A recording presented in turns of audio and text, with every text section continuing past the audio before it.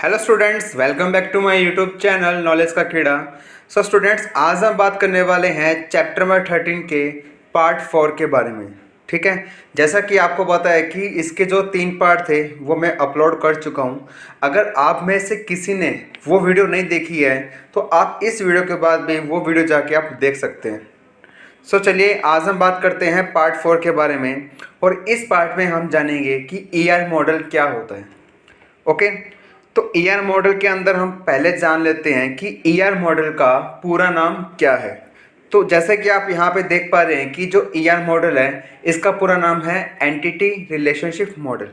ये एक ऐसा पॉपुलर लॉजिकल डेटा मॉडल है जो करता क्या है, वो ये काम करेगा कि वो पहले डेटा को कलेक्ट करेगा और डेटा पे जो प्रॉब्लम्स होगी वो उसको एक्सप्लेन करता है।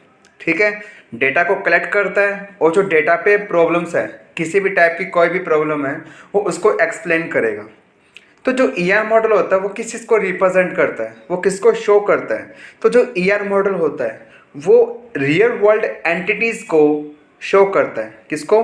रियल वर्ल्ड एंटिटीज़, और जो भी एंटिटीज़ हैं उनके बीच की रिलेशनशिप को भी ईआर मॉडल शो करता है या फिर इसको रिप्रेजेंट करता है।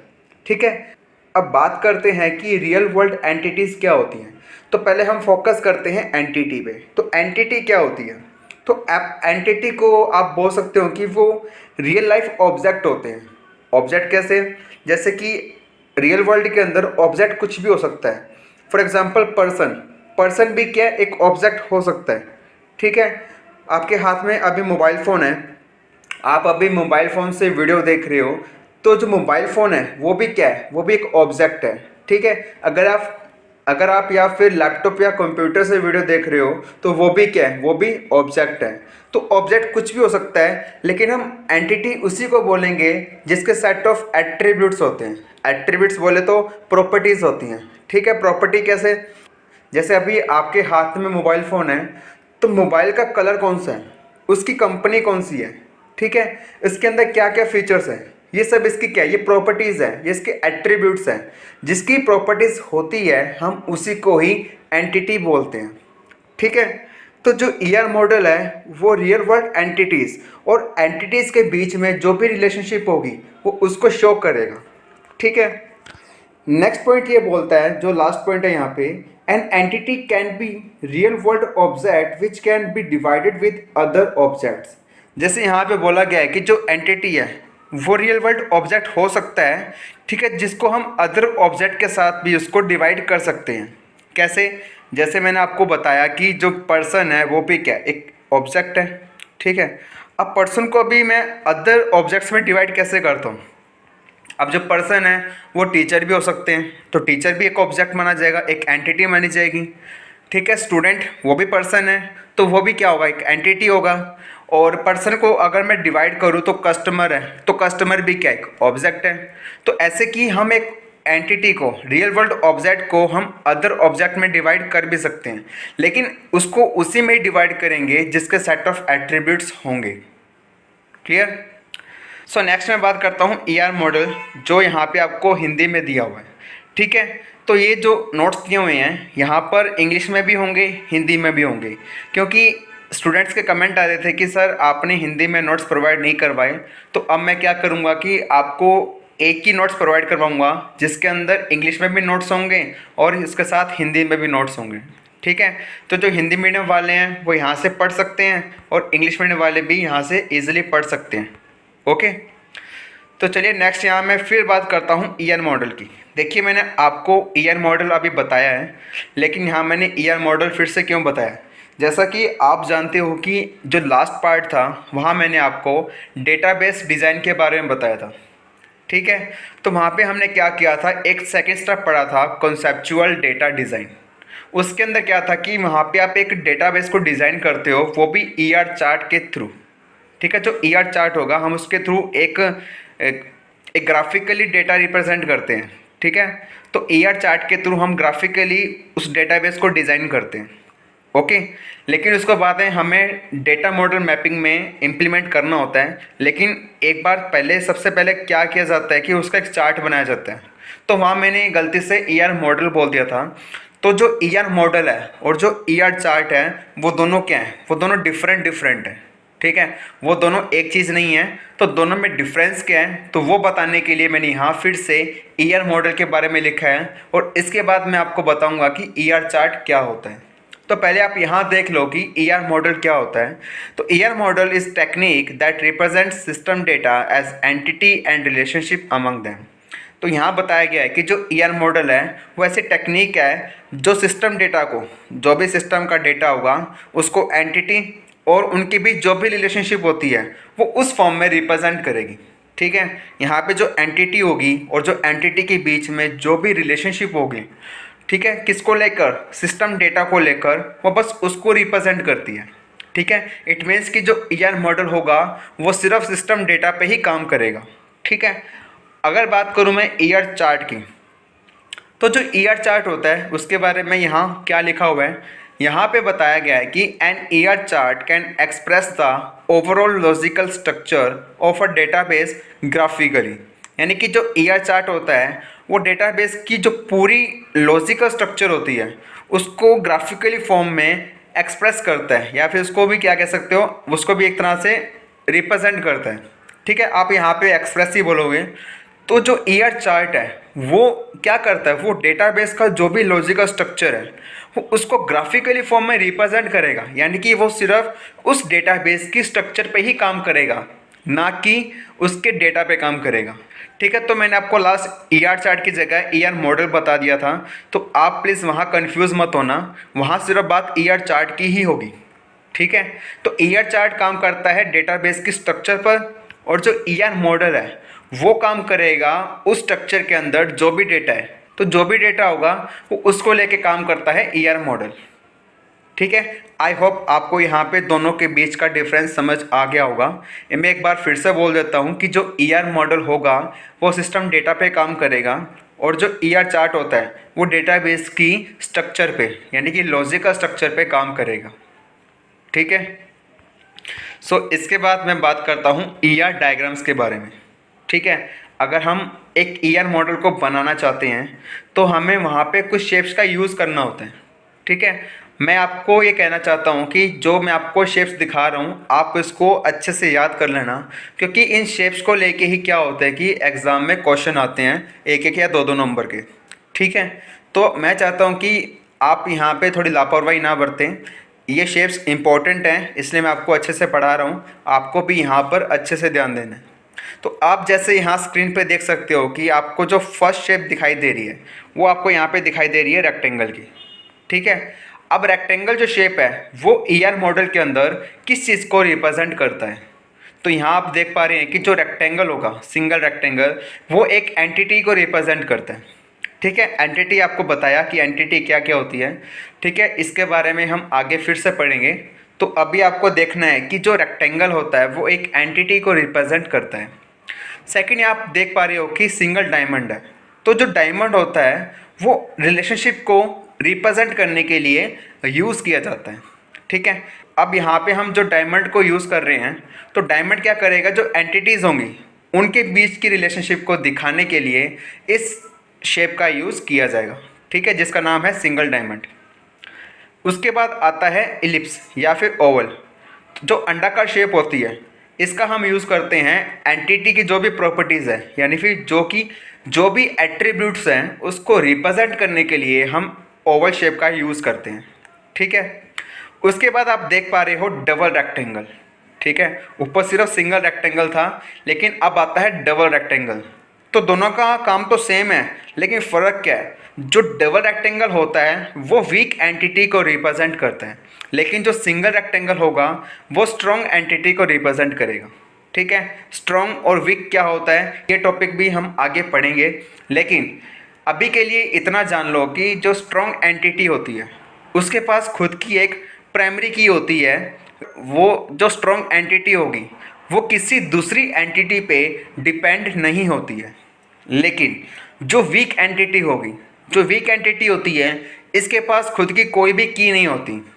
ठीक है, लेकिन ये क्या होती है, जो वीक एंटिटी होती है वो किसी दूसरी एंटिटी पे डिपेंड होती है, और जिस एंटिटी पे डिपेंड होगी वो होती है स्ट्रॉन्ग एंटिटी। ठीक है। तो स्ट्रॉन्ग एंटिटी खुद में स्ट्रॉन्ग है, उसको किसी की नीड नहीं है, किसी पे डिपेंड होने की बिल्कुल भी उसको ज़रूरत नहीं है। लेकिन जो वीक एंटिटी है वो स्ट्रॉन्ग एंटिटी पे डिपेंड होती है। ठीक है, ये चीज़ आप आगे पढ़ने वाले हो, अभी आपको यहाँ पे कोई भी टेंशन लेने की नीड नहीं है। तो यहाँ मैं नेक्स्ट बात करता हूँ डबल डायमंड के बारे में। ठीक है, जो भी चीज़ डबल होगी, देखो हर केस में नहीं होगा लेकिन मोस्टली में क्या होता है कि जो शेप डबल होती है वो किसी वीक को रिप्रेजेंट करने में काम आती है, लेकिन हर केस में ऐसा नहीं है। ठीक है, चलो आपको इतना नहीं सोचना। अभी यहाँ पे जो डबल डायमंड है, तो डबल डायमंड क्या करता है कि वीक एंटिटी की रिलेशनशिप को रिप्रेजेंट करते हैं। ठीक है, अगर आप स्ट्रॉन्ग और वीक एंटिटी का आप एक ईआर मॉडल बनाते हो तो वहाँ पे आपको भी पता है कि इनकी जो रिलेशनशिप होगी वो भी वीक होगी, तो उनको रिप्रेजेंट करने के लिए हमें डबल डायमंड का यूज़ करना पड़ेगा जो कि वीक एंटिटी की रिलेशनशिप को रिप्रेजेंट करेगा। ठीक है, तो नेक्स्ट यहाँ मैं बात करता हूँ डबल इलिप्स की या फिर डबल ओवल की। तो जैसे आपको बताया कि डबल हर केस में वीक नहीं होता, अब यहाँ पे जो डबल इलिप्स है या फिर ओवल है वो यहाँ पे रिप्रेजेंट करता है मल्टी वैल्यूड एट्रीब्यूट को। Multi valued attribute, multi valued attribute वही होता है जिस एट्रीब्यूट की एक से ज़्यादा वैल्यूज़ होती हैं। ठीक है, ये चीज़ आपको बताऊंगा आगे। तो अभी आपको देखना है कि जो डबल इलिप्स होगा वो सिर्फ मल्टी वैल्यूड एट्रीब्यूट को रिप्रेजेंट करने के लिए यूज़ किया जाएगा। उसके बाद आप यहाँ पे देख पा रहे हो कि आपको एक एलिप्स के अंदर एक लाइन रिप्रेजेंट हो रही है। तो ये जो शेप होती है वो होती है की एट्रीब्यूट की, यानी कि अगर आपकी एक टेबल के अंदर या फिर एंटिटी के अंदर कोई भी एक ऐसा एट्रीब्यूट है जो कि एक की एट्रीब्यूट है, तो की एट्रीब्यूट को रिप्रेजेंट करने के लिए हम इस शेप का यूज़ करेंगे। ठीक है, तो नेक्स्ट यहाँ मैं बात करता हूँ। देखो आपको यहाँ पे एक शेप दिखाई दे रही है जो कि 3 ओवल है और वो क्या है कि बड़े ओवल से कनेक्टेड है। ठीक है, और कनेक्ट करने के लिए यहाँ पे यूज़ किया गया है लाइंस का। ओके, तो जो लाइंस है इसका हम यूज़ कर सकते हैं एंटिटी को दूसरी एंटिटी से कनेक्ट करने के लिए, या फिर एक एंटिटी के एट्रीब्यूट्स को रिप्रेजेंट करने के लिए हम लाइंस का यूज़ करेंगे। ठीक है, वो चीज़ यहाँ पे आपको बताई नहीं गई है। अगर आप आगे इस वीडियो के साथ जुड़े रहेंगे तो आपको इसके बारे में भी समझ आ जाएगा कि लाइंस का यहाँ पे क्या यूज़ होता है। तो अभी के लिए आपको यहाँ देखना है कि एक बड़ा ओवल है, इसके साथ 2 छोटे ओवल कनेक्टेड हैं। इसका मतलब क्या है कि जो बड़ा ओवल है ये एक ऐसा एट्रीब्यूट है जिस एट्रीब्यूट को आगे और एट्रीब्यूट्स में डिवाइड किया गया है। ठीक है, अभी के लिए आप जान लो कि इस टाइप का जो एट्रीब्यूट होगा उसको हम बोलते हैं कंपोजिट एट्रीब्यूट। ठीक है, कंपोजिट एट्रीब्यूट वही होता है जिस एट्रीब्यूट को हम आगे डिवाइड कर सकते हैं। ओके, तो आपको ये ईआर मॉडल के जो भी डायग्राम्स है आपको यहाँ समझ आ गए होंगे। ठीक है, आप एक बार इसको अच्छे से देख लो। तो आप यहाँ पे देख पा रहे हो कि हाँ हमने किस किस नेम की बात की है, या फिर हमने यहाँ पे किस किस की बात की है। इस मॉडल के अंदर हमने यहाँ पे बात की है एक एंटिटी की, रिलेशनशिप की, एट्रीब्यूट की और की। यहाँ सिर्फ 4 चीज़ की हमने क्या किए हैं, एक डायग्राम्स के बारे में पढ़ा है। ठीक है, ये जो 4 नेम बताए मैंने आपको वो क्या होते हैं, वो ईआर मॉडल के कंपोनेंट्स होते हैं। ठीक है, तो ईआर मॉडल के 4 कंपोनेंट्स बताए गए हैं। फर्स्ट आता है एंटिटी, सेकंड आता है एट्रीब्यूट्स, थर्ड आता है रिलेशनशिप्स एंड फोर्थ आता है की एट्रीब्यूट्स। ओके, तो चलिए हम इन सारे टॉपिक्स को 1 बाय 1 पढ़ लेते हैं ताकि आपको भी इनके बारे में समझ आ जाए कि ये टॉपिक्स है क्या। तो चलिए यहाँ मैं फर्स्ट बात करता हूँ एंटिटी की।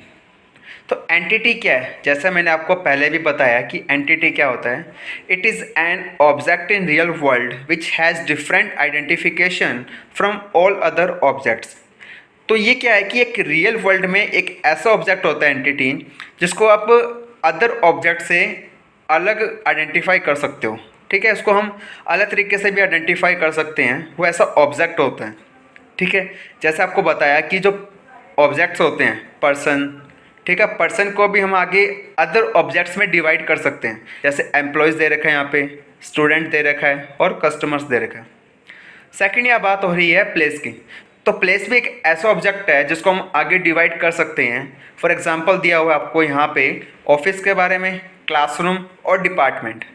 ओके, थर्ड यहाँ बात करता हूँ ऑब्जेक्ट की। ऑब्जेक्ट मतलब कि जो हम एक्चुअल में किसी को ऑब्जेक्ट बोलते हैं, ठीक है, हम खुद को कभी ऑब्जेक्ट बोलते नहीं हैं, लेकिन एक एंटिटी को बताने के लिए मैंने आपको एक ऑब्जेक्ट बताया है, एक पर्सन को। लेकिन यहाँ पे अब उस ऑब्जेक्ट की बात हो रही है जिसको हम एक्चुअली में ऑब्जेक्ट बोलते हैं। For example book, furniture, vehicle.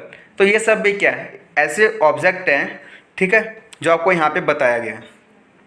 सो यहाँ पे नेक्स्ट पॉइंट ही बोला हुआ है कि descriptions of an entity can be done using a set of attributes.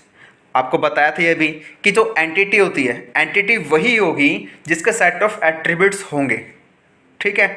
यहाँ पे बोला गया है कि एट्रीब्यूट्स का जो एक सेट होता है, तो उसका हम यूज़ करके एक एंटिटी को क्या कर सकते हैं, हम उसको डिस्क्राइब कर सकते हैं, ठीक है। तो लास्ट पॉइंट ये बोलता है कि every attribute has domain of all possible values. इसने बोला है कि जो हर एक एट्रीब्यूट होगा उन सब के पास एक पॉसिबल वैल्यू का एक डोमेन होता है। अब डोमेन किसको बोलते हैं, तो डीबीएमएस के अंदर डोमेन वो होता है कि जो एक फील्ड का एक क्राइटेरिया होता है। तो यहाँ पे डोमेन हम इसको बोलते हैं कि एक फील्ड है, हम उसके अंदर किस टाइप की वैल्यू को स्टोर कर सकते हैं, ठीक है। जैसे मान लो कि एक फील्ड है, एक एट्रीब्यूट है जिसका नाम है रोल नंबर। अब आपको भी पता है कि जो रोल नंबर होता है, जो बोर्ड के रोल नंबर्स आते हैं वो सिर्फ नंबर्स में आते हैं। तो मुझे रोल नंबर की वैल्यू को नंबर्स में लेने के लिए मुझे क्या करना पड़ेगा, मुझे उस फील्ड का टाइप इंटीजर करना पड़ेगा या फिर मुझे उसका टाइप नंबर करना पड़ेगा। तो मैं किसी फील्ड के ऊपर उसका कोई टाइप डिसाइड करता हूँ या उसका मैं कोई साइज़ देता हूँ, ठीक है। तो उसको हम बोलते हैं डोमेन। डोमेन क्या करता है कि जो हम वैल्यू एंटर करते हैं वो उसको उस फील्ड के टाइप और साइज से मैच करता है। अगर वो वैल्यू उससे अगर मैच करेगी या फिर उसकी कंडीशन को सेटिस्फाई करेगी, तब जाके हम अपने डेटाबेस के अंदर या फिर उसके अंदर जो भी टेबल है, कोई भी डेटा मॉडल है, हम उसके अंदर अपनी वैल्यू को स्टोर कर सकते हैं, ठीक है। डोमेन क्या है ये आपके चैप्टर नंबर 14 में आ जाएगा, तो अभी के लिए डोंट वरी, ठीक है। आपको अभी टेंशन लेने की कोई भी नीड नहीं है। तो चलिए नेक्स्ट हम बात करते हैं एंटिटी सेट के बारे में। देखो एंटिटी पता लग गया कि एंटिटी होती क्या है। अगर ऐसी कुछ सेम एंटिटीज़ होंगी, आप इसको कलेक्ट कर लोगे एक ही जगह पर, तो वो बन जाएगा एंटिटी सेट। तो an entity set is the collection of same entities. जो एंटिटी सेट होता है वो सेम एंटिटीज़ का कलेक्शन होता है। In a entity set a entity uses value of attributes to differentiate with other entity of same type। यहाँ बताया गया कि जो एक एंटिटी सेट होता है उसके अंदर क्या होता है कि एक ही टाइप की क्या होती है, एंटिटीज़ होती हैं, जो कि दूसरी एंटिटीज से अलग दिखने के लिए वो क्या करती है, वो एट्रीब्यूट्स की वैल्यू का यूज़ करती है, ठीक है। अभी मैं क्या बोल रहा हूँ ये आपको भी शायद समझ नहीं आ रहा, बट ट्रस्ट मी, आपको मैं जो नेक्स्ट एग्जांपल दूंगा आप उससे समझ आओगे, ठीक है। आपको यहाँ पे बस इतना याद रखना है कि जो एक एंटिटी होती है, देखो एंटिटी सेट है और एंटिटी सेट के अंदर भी क्या होती हैं, एंटिटीज़ होती हैं, वो भी सेम टाइप की। अब आप ज़रा खुद सोचो कि अगर एंटिटी सेम टाइप की है तो मैं यहाँ पे सिर्फ उसकी टाइप की बात कर रहा हूँ, मैं उनकी वैल्यूज़ की बात नहीं कर रहा कि हर एंटिटी के अंदर अगर सेम वैल्यू होगी उसका ही एंटिटी सेट बनेगा, ऐसा नहीं है। एंटिटी का टाइप सेम है लेकिन जो एंटिटी वहाँ पे होगी, लेकिन वहाँ पे जो एक्चुअल में एंटिटीज़ होंगी वो वहाँ पे क्या होंगी, वो डिफरेंट डिफरेंट होंगी। डिफरेंट डिफरेंट क्या होगा, उन एट्रीब्यूट्स की वैल्यूज़ डिफरेंट डिफरेंट होंगी। वही क्या करती है कि वो एक एंटिटी को दूसरी एंटिटी से डिफ्रेंशिएट करती है, ठीक है। लास्ट पॉइंट बोला गया यहाँ पे कि for each set of entity we have to identify a key. तो एंटिटी के हर एक सेट के लिए क्या होता है कि एक की होती है जो कि उस एंटिटी को यूनिकली आइडेंटिफाई करती है, ठीक है। आपको ये बात भी याद रखनी है कि एक टेबल के अंदर तो वहाँ पे जितने भी फील्ड्स हैं उसमें एक ऐसा फील्ड होता है जो उस एंटिटी को यूनिकली आइडेंटिफाई करती है, ठीक है। ये टॉपिक की का है, हम उसको आगे फिर पढ़ेंगे। तो अभी मैं आपको दिखाता हूँ इसका एग्जाम्पल। तो एग्जाम्पल में आप देख पा रहे हो कि यहाँ पे एक टेबल बनी हुई है, उसका नाम है स्टूडेंट। तो आपको यहाँ पे ये देखना है कि जो स्टूडेंट है वो एक एंटिटी सेट है। क्यों?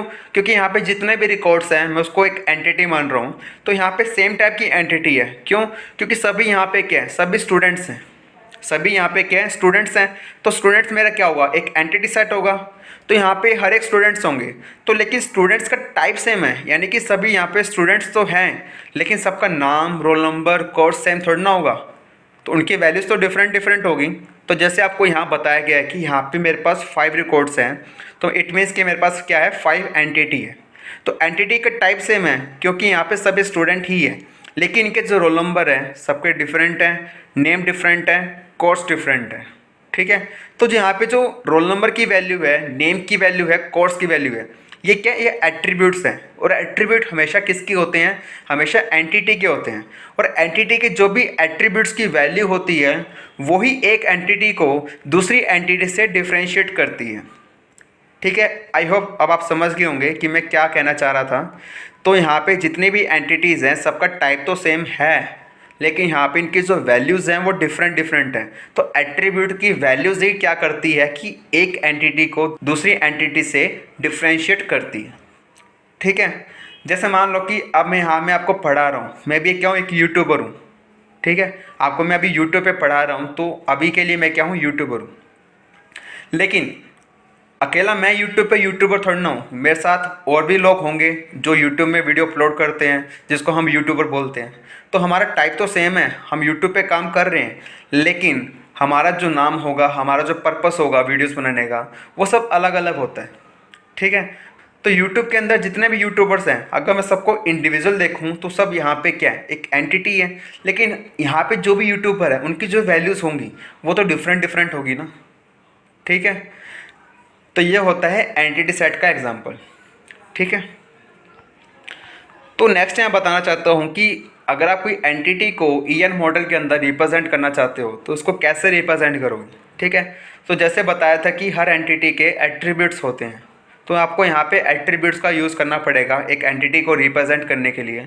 बट आपको यहाँ पे एक बात याद रखनी है कि एक एंटिटी को रिप्रेजेंट करने के लिए आप एक रेक्टेंगल शेप का यूज़ करते हो। जैसे अब आप इस डायग्राम में देख पा रहे हो कि जो स्टूडेंट है वो एक एंटिटी है, इसलिए इसको रेक्टेंगल बॉक्स में रखा गया। तो बीच में आपको लाइंस दिखाई दे रही है, जो लाइंस होती है वो भी यहाँ पे क्या कर रही है, वो एक एंटिटी का एट्रीब्यूट से रिलेशन बता रही है। क्यों, क्योंकि जितने भी एट्रीब्यूट्स हैं ऊपर वो सभी कनेक्टेड हैं, स्टूडेंट टेबल जो भी यहाँ की एंटिटी है वो उससे कनेक्टेड है।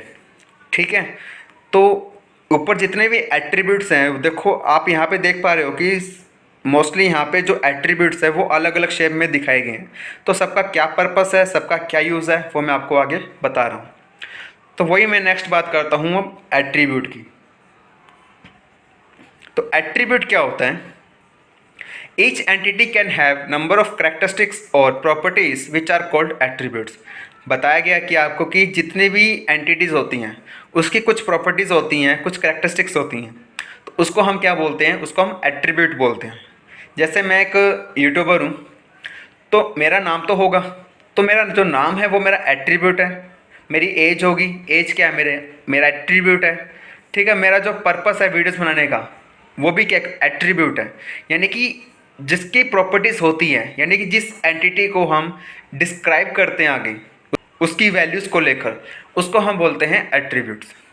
N entity employ can have attributes like EID, E name, department, salary etcetera.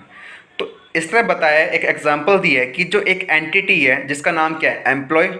अब एम्प्लॉय के पास कुछ एट्रीब्यूट्स हो सकते हैं, जैसे employee ID, employee name, department, salary. तो ये जो आपको 4 नेम मैंने जो बताई हैं वो क्या एट्रीब्यूट्स हैं जो कि एम्प्लॉय एंटिटी के हैं।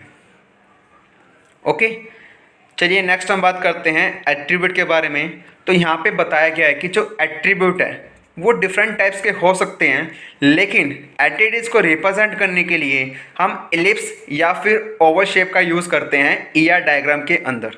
ठीक है, तो आपको मैंने 3-4 एट्रीब्यूट बताए थे, तो हम यहाँ पूरे एट्रीब्यूट्स की बात करते हैं। यहाँ पे जो फर्स्ट एट्रीब्यूट आता है वो आता है सिंपल, सेकंड आता है कंपोजिट, थर्ड आता है सिंगल, फोर्थ आता है मल्टी वैल्यूड एंड फिफ्थ आता है डिराइव्ड एट्रीब्यूट। तो आपको यहाँ पे 5 टाइप्स के एट्रीब्यूट पढ़ने हैं, तो चलिए हम इसको 1 बाय 1 पढ़ लेते हैं। तो फर्स्ट यहाँ पे आता है सिंपल एट्रीब्यूट्स।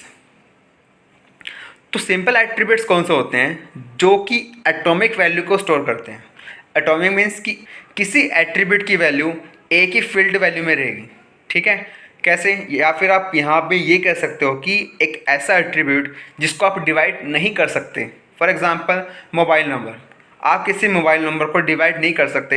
ऐसा नहीं कर सकते कि अगर आपको एक कॉलम दे रखा है मोबाइल नंबर का, तो आप 5 डिजिट तो ऊपर लिख रहे हो और 5 डिजिट आप कहीं और लिख रहे हो, ऐसा तो नहीं होता। आपको क्या होता है कि एक ऐसा एट्रीब्यूट होता है जिसकी आप वैल्यू को सिर्फ एक ही कॉलम में लिख सकते हो, उसको हम बोलते हैं सिंपल एट्रीब्यूट। ठीक है, तो यहाँ बोला गया कि simple attribute are atomic values. Atomic होता है कि जो इंडिविजुअल वैल्यूज़ होती हैं किसी एट्रीब्यूट की, जिसको हम सिर्फ एक ही कॉलम में एक ही वैल्यू को रिप्रेजेंट करते हैं, उसको हम बोलते हैं atomic values. Which can not be divided further. ठीक है, जिसको आप आके डिवाइड नहीं कर सकते। फॉर एग्जाम्पल देखो यहाँ पे वो भी एग्जाम्पल दे रखा है मोबाइल फ़ोन का। तो student phone number is an atomic value of 10 digit. तो जो स्टूडेंट का जो फ़ोन नंबर होगा वो एक एटॉमिक वैल्यू है, वो भी 10 डिजिट की। ठीक है, तो ये होता है सिंपल एट्रीब्यूट। तो नेक्स्ट यहाँ मैं बात करता हूँ कंपोजिट एट्रीब्यूट के बारे में। तो कंपोजिट एट्रीब्यूट जो होगा, आप उसको बोल सकते हो कि वो सिंपल का अपोजिट होता है। कैसे? क्योंकि हम सिंपल को डिवाइड नहीं कर सकते, लेकिन जो कंपोजिट एट्रीब्यूट है हम उसको डिवाइड कर सकते हैं। तो this attribute can have many components like in student entity as name attribute, first name comma middle name and last name elements are included. तो इसने बोला है कि ये जहाँ जो कंपोजिट एट्रीब्यूट होता है उसके कई कंपोनेंट्स हो सकते हैं, यानी कि आप उस एट्रीब्यूट को आगे डिवाइड करोगे तो जिसमें डिवाइड कर रहे हो वो उसके कंपोनेंट्स होते हैं या फिर उसके सब एट्रीब्यूट होते हैं। यानी कि जो कंपोजिट एट्रीब्यूट है जब आप उसको डिवाइड करोगे वो कंपोनेंट्स में डिवाइड होते हैं। तो जैसे यहाँ बताया गया है कि जो स्टूडेंट टेबल है वहाँ पे जो स्टूडेंट का जो नेम होगा वो एक एट्रीब्यूट तो है, लेकिन आप उस एट्रीब्यूट को भी 3 कंपोनेंट्स में डिवाइड कर सकते हो, जैसे फर्स्ट नेम, मिडल नेम और लास्ट नेम। ये ऐसे एलिमेंट है जो कंपोजिट एट्रीब्यूट को डिवाइड करके बनाए गए हैं। ठीक है, तो आपको बताया था कि जो ईआर मॉडल है, तो आपको एक शेप दिखाई थी लास्ट वाली, तो जो लास्ट शेप आपको दिखाई दे रही है ये कंपोजिट एट्रीब्यूट की है, क्योंकि जो बड़ा कॉलम होगा, जो बड़ा यहाँ पे आपको एलिप्स दिखाई दे रहा है, ओवल शेप दिखाई दे रही है, आप यहाँ पे उस एट्रीब्यूट का नाम लिखोगे जिसको आप डिवाइड करना चाहते हो। तो उसके बाद जो छोटे छोटे ओवल बन रहे हैं, अब वहाँ पे वो कंपोनेंट्स के नाम लिखोगे जहाँ पर आपने उस एट्रीब्यूट्स को किस कंपोनेंट में डिवाइड किया है, उसके नाम यहाँ पे लिखे जाएंगे। ओके, तो आपका सिंपल एट्रीब्यूट हो चुका है, कंपोजिट एट्रीब्यूट भी हो चुका है। तो यहाँ नेक्स्ट मैं बात करता हूँ सिंगल एट्रीब्यूट की। तो सिंगल एट्रीब्यूट ऐसे एट्रीब्यूट होते हैं कि जिस एट्रीब्यूट की सिर्फ सिंगल वैल्यू होती है। ठीक है, जैसे कि जो स्टूडेंट का रोल नंबर है उसका तो एक ही रोल नंबर होता है, जो स्टूडेंट की एज है वो भी एक ही होती है। यानी कि ऐसा एट्रीब्यूट जिसकी सिंगल वैल्यू हो उसको हम बोलते हैं सिंगल एट्रीब्यूट। ठीक है, नेक्स्ट यहाँ मैं बात करता हूँ मल्टी वैल्यूड एट्रीब्यूट। तो जैसे सिंगल के अंदर सिंगल वैल्यू होती है, तो ऐसे मल्टी वैल्यूड एट्रीब्यूट के अंदर उस एट्रीब्यूट की मल्टी वैल्यू होगी। ठीक है, तो यहाँ बताया गया है कि this attributes can have more than one value. ये ऐसा एट्रीब्यूट है जिसके अंदर एक एट्रीब्यूट की एक से ज़्यादा वैल्यूज़ हो सकती है। लाइक फ़ोन नंबर, किसी स्टूडेंट का या किसी भी पर्सन का एक से ज़्यादा मोबाइल नंबर हो सकते हैं। तो like phone number attribute can have many mobile number, landline number और ऑफिस नंबर। तो फ़ोन नंबर एट्रीब्यूट एक ऐसा एट्रीब्यूट है जो मल्टी वैल्यू को स्टोर कर सकता है, क्योंकि एक पर्सन के पास उसका मोबाइल नंबर हो सकता है, उसका लैंडलाइन नंबर हो सकता है या फिर उसका ऑफिस नंबर हो सकता है। तो एक ही एट्रीब्यूट के अंदर उसने 3 वैल्यूज़ को स्टोर किया है, तो इसको हम बोलते हैं मल्टी वैल्यूड एट्रीब्यूट। और जो मल्टी वैल्यूड एट्रीब्यूट है इसको रिप्रेजेंट करने के लिए हमें डबल ओवल शेप का यूज़ करना पड़ेगा, जैसा मैंने आपको ईआर मॉडल में बताया था। ठीक है, तो चलिए लास्ट हम बात करते हैं जो एट्रीब्यूट है उसका नाम है डिराइव्ड एट्रीब्यूट। सिंपल वे में बताऊंगा कि डिराइव्ड एट्रीब्यूट खुद एग्जिस्ट नहीं करता है, यानी कि इसकी खुद की कोई वैल्यू नहीं होती है, लेकिन एक ऐसा एट्रीब्यूट है जो अपनी वैल्यू को किसी अदर 2 और मोर एट्रीब्यूट से मिलकर निकालता है। तो चलिए डेफिनेशन पढ़ लेते हैं। These attributes can be computed from 2 और मोर एट्रीब्यूट्स। एक ऐसा एट्रीब्यूट है जो अपनी वैल्यू को 2 या 2 से ज़्यादा एट्रीब्यूट से कंप्यूट करता है। लाइक एज, अगर आपको एज को कैलकुलेट करना है तो एज को कैलकुलेट कैसे करते हो? आप अपने डेट ऑफ बर्थ को लेकर करंट डेट से कंपेयर करते हो। तो आज की जो डेट होगी और जो आपकी जो डेट ऑफ बर्थ है, आप इसको जब डिफरेंस निकालते हो उससे निकल कर आती है हमारी एज। तो एज जो होगा वो डिराइव्ड एट्रीब्यूट होगा, क्योंकि एज के पास खुद की वैल्यू नहीं है, वो डेट ऑफ बर्थ और करंट डेट से निकल कर आई है, ठीक है। और जो डिराइव्ड एट्रीब्यूट होता है, इसको रिप्रेजेंट करने के लिए आप यूज़ करते हो डैश्ड ओवल शेप का या फिर डैश्ड इलिप्स का। शायद आपको मैंने इसका डायग्राम नहीं दिखाया है, चलो मैं आपको ऊपर दिखा देता हूँ। ऊपर जो एक एग्जाम्पल आया था एंटिटी का, ये वाला, तो आपको यहाँ पे जो फर्स्ट दिखाई दे रहा है स्टूडेंट फ़ोन नंबर, ये एक मल्टी वैल्यूड एट्रीब्यूट है। क्यों? क्योंकि इस एट्रीब्यूट को रिप्रेजेंट करने के लिए डबल ओवल शेप का यूज़ किया हुआ है। फिर आपको दिखाई देता है स्टूडेंट नेम, ये एक ऐसा एट्रीब्यूट है वो सिंपल एट्रीब्यूट है, ठीक है, इसको डिवाइड नहीं किया अभी के लिए, तो ये स्टूडेंट नेम जो होगा वो सिंपल एट्रीब्यूट है।